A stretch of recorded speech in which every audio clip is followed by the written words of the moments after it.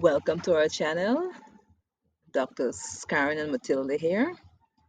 This week, we'll be sharing another educational clip based on our experiences and research. This one has a lot for us to go through, so we get right into it. Welcome and thanks for watching and supporting us. We're talking about a purpose statement. When you're applying for scholarships, there's certain paperwork the scholarship agency may require, and one of them is a purpose statement. And here it's important that if you want to have a winning purpose statement, it should not go for the word limit. It should list your main qualities and academic credentials and your professional achievement. It also must be aligned with the scholarship goals. And remember, you're not begging, you're advertising yourself. This is your chance to shine and say all the good things about yourself.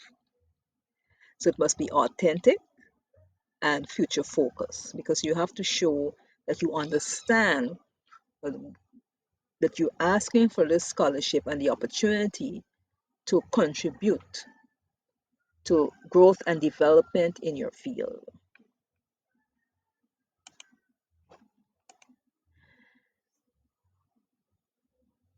A scholarship proposal and statement of purpose as part of the scholarship proposal, you know, it should be clear.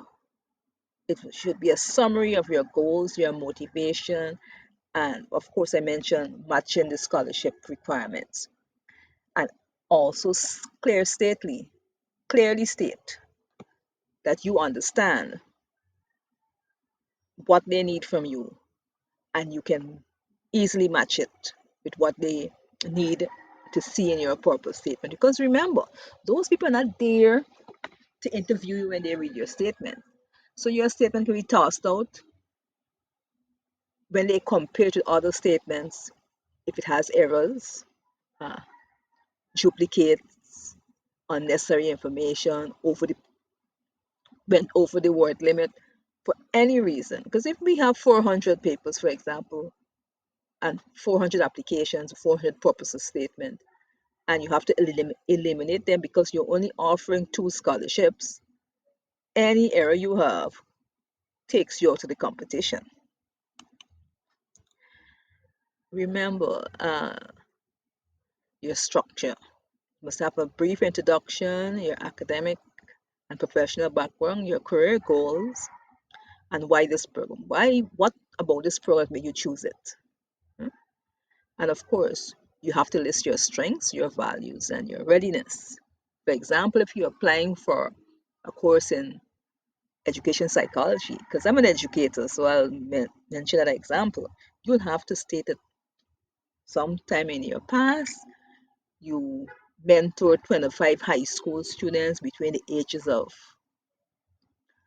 12 and 14 in life skills, and so that empowers you and motivates you to apply for a similar scholarship to study that area. And then what was your feedback from those students and their teachers or parents, and how it helped you to understand that you have the ability to go forward in this field. So something like that. Basically, you're pitching yourself.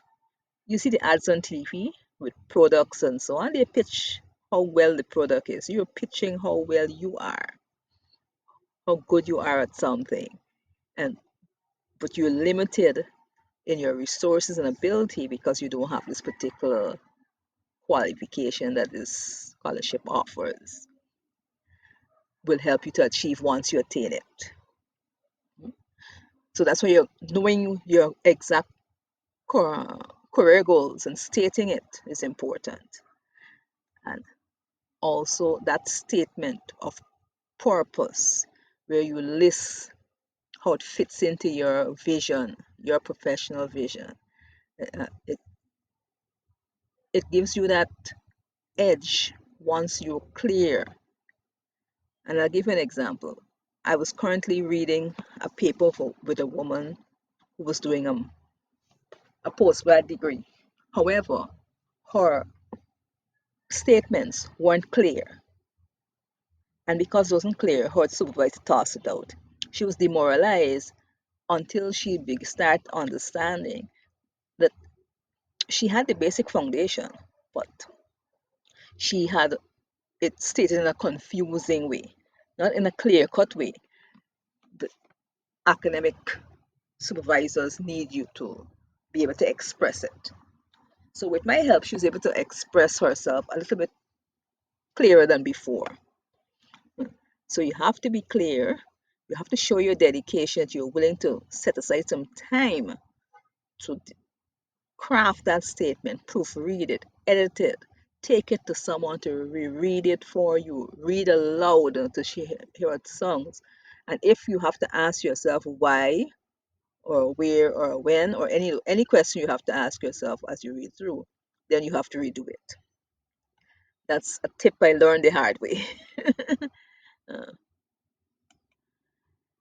Empowerment, as this team was empowerment through scholarships, and we are rooting for you. And if you need any help, we've been through this, so you can email us or leave your questions in the comments below.